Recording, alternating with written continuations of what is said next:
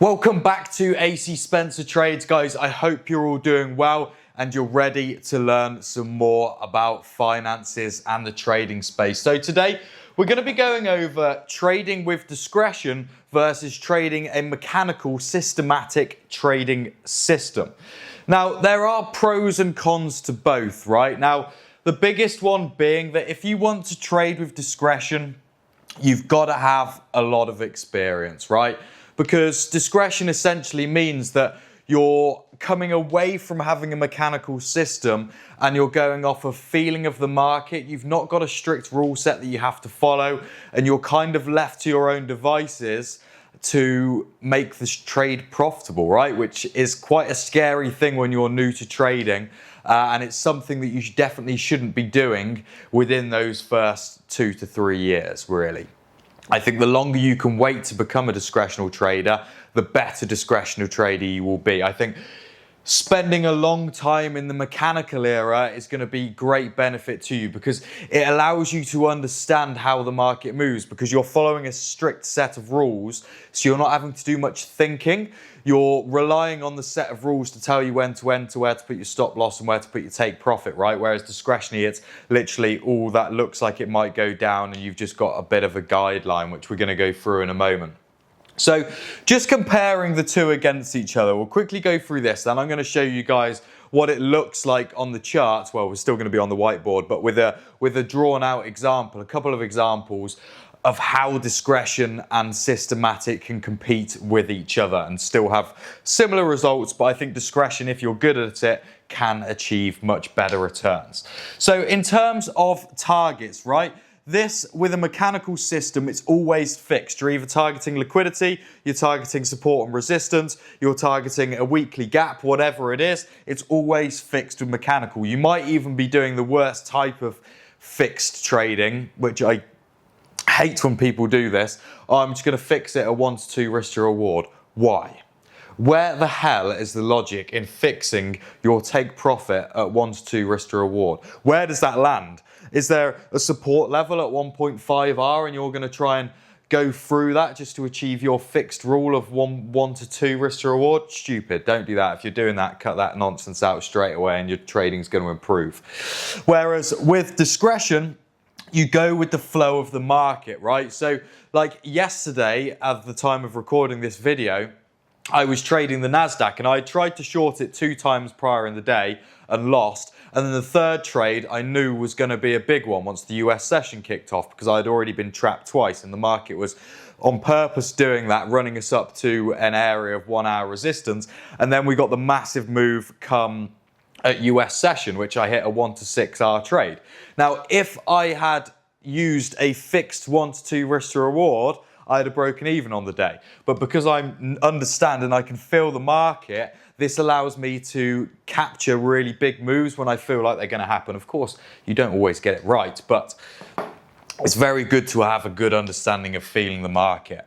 Now, fixed risk, okay? So with this, of course, you're still always going to be risking 1% or 0.5%. That doesn't change really with the discretion. Might do a little bit. I change it a little bit, but not too much. But when I talk about fixed risk, is you've got a set of rules for where that stop loss is going to be placed, right?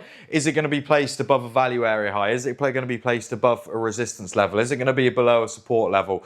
Has there got to be an EMA? Has there got to be an SMA? Has there got to be a VWAP? Whatever it is, there's always a fixed set of rules of where that stop loss goes.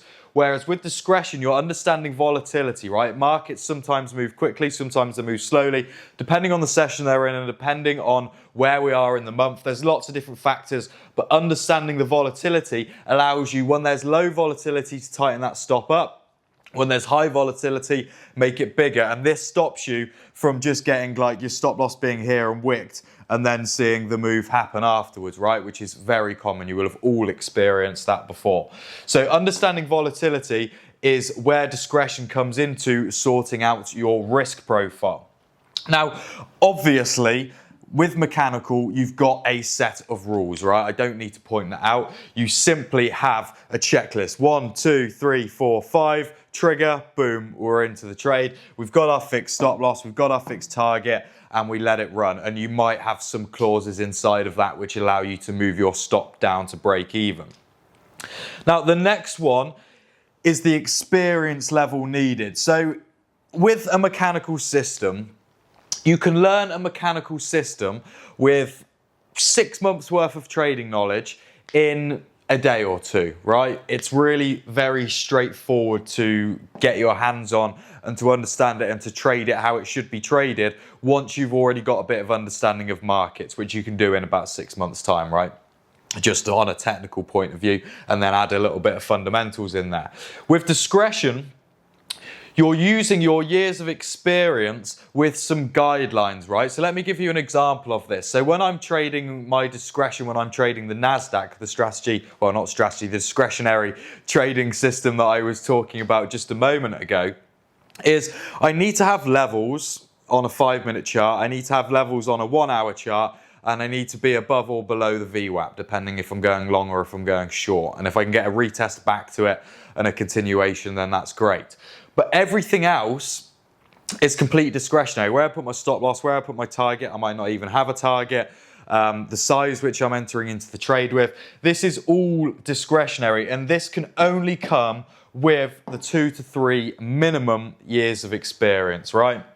That is it. And then with the mechanical, this requires less discipline in comparison to discretion because you've got your set of rules. Now, if you are capable of following a set of rules, which I should hope you all are, then you can't go wrong with a mechanical system if you know it's profitable over the long run. Discretion can go really wrong really quick because you haven't got a fixed set of rules, which is why journaling with discretion is a non-negotiable, right? You just have to do it because it's going to give you the insight that you need. If you're in a bad week or a bad month, you're going to be able to see that through the trading journal rather than just hitting a winning trade, deleting it and forgetting about it, or smashing 3 losing trades in a row going, oh, it'll be okay, tomorrow will be a better day. Like, you need to really be on top of the journaling here to actually understand everything that you need to do. Right then, let's get into some charts and I'm going to show you the difference between discretion and mechanical systems. Okay, so what we're looking at here is we're looking at a higher time frame downtrend. So the higher time frame being in the blue, and then once we move to the black, now this is we've transitioned into the lower time frame from here, okay? So we're looking at this retracement back into a fair value gap. So the mechanical system is here on the right-hand side. Do not go and test this. This is something that I've literally just made up here. This is not a strategy, so don't expect to go away and trade this and make some money. I mean, it makes sense, all of it logically, but I have not been and tested this, so do not take my word for it. If you want my strategies, go and watch one of the other videos, and whilst you're at it, hit the subscribe button. So what we're looking for here is we've got a higher time frame trend, okay? So we are in a downtrend, that's what the blue is here. Then we're looking for accumulation, manipulation, distribution, right? Which is what we've got here. We've got the accumulation phase, we've got manipulation phase, and then we're looking for the distribution here. That's what we're looking to, the target being down here as the bottom of the distribution phase, okay? So we've got the accumulation, we've got the manipulation, and we're looking for the distribution, okay? So we've got that. Now, what we're looking for is a break below the accumulation phase, which we can see we've got here, price breaks below it. Then we're looking a retest to the low, which again is the bottom of this accumulation stage. So we get that retest come back in here. Then the trigger is going to be an engulfing candlestick, okay? So we get that here, we enter into the position here, stop loss goes above this high, and we target back down to the previous session lows. Stop loss above the retest, check, and TP on the higher time frame low, check. So now, if I was to add some discretion into this, I might say, well, I wonder what it looks like now on the lower time frame, right? Have we held down below this low, or are we looking like price is starting to reject from this low? Yes, we've put in a bearish engulfing candlestick here, But what does that bearish engulfing candlestick look like on these lower time frames? Does it look like this is coming with momentum, or does it look like we just got lucky with the timing of how this candlestick closed? So that would be my first thought. Let's, for example, say that I'm happy with it and I'm happy to get into this trade around here. Now, what I might be thinking is, what's the likelihood here of price coming back up and say testing the 50% of this accumulation phase? I'd be thinking, yes, it's a possibility. Is it something that I need to look out for? So I might adjust my stop loss to come up above the 50% instead, because maybe volatility is very high right now. So I need to be a little bit more careful that US session doesn't kick off, wick out, and then we get the candle body, that's a terrible candle body, form moving back down. And then looking at the target, you've got your fixed decision of you want to come down to this low. I'm going to wait for price to come to this low, and then I'm going to be reading price action to see how it reacts at that low. Do we get a piercing pattern from here? Do we get a bullish engulfing candle pattern from here? Do I need to now move my stop loss to break even and try and catch a continuation lower in this move? Because remember, we're already in a higher time frame trend. We've caught a reversal of that. So we could potentially break this low and continue this downtrend instead of just chopping around. So these are all different things which I would be taking into account when entering into a position. So I might have my guidelines, right? My guidelines might be that I like to trade accumulation, manipulation, distribution, and I want some set levels, right? So my levels would still be the same. I would have the top and the bottom of the accumulation and manipulation stage. I'd still have my higher time frame area, but everything else can be very discretionary. Where do I want to get into this trade? Do I want to get in on the first break? Do I want to get in on the retest? Do I want to see this move come down, retest back, and then I get in on this move and I can bring my stop loss in tighter just above the accumulation phase? These are all different factors which you can start bringing in once you've got discretion. But until you're able to follow a set of rules and understand the flow of markets, you simply cannot trade with discretion. You can't do it, because you will just get yourself in such a pickle here trying to think of all the different things. You'll be using loads of secondary indicators. You're going to be using every primary indicator. And the reason discretionary trading works is because you now are at a point where you understand the flow of the market. It's not down to indicators. Yes, it's down to levels to a certain degree and it's down to trends. But secondary indicators do not come into discretion. You are solely reading price, and that price action allows you to understand why the market is moving like that and how the market is moving like that. So I strongly encourage you, if you're over the 1 year mark, heading towards the 2 year mark, let's say if you're over 18 months into trading and you found profitability following a mechanical strategy, go and just do hours and hours and hours of back testing your discretional trading.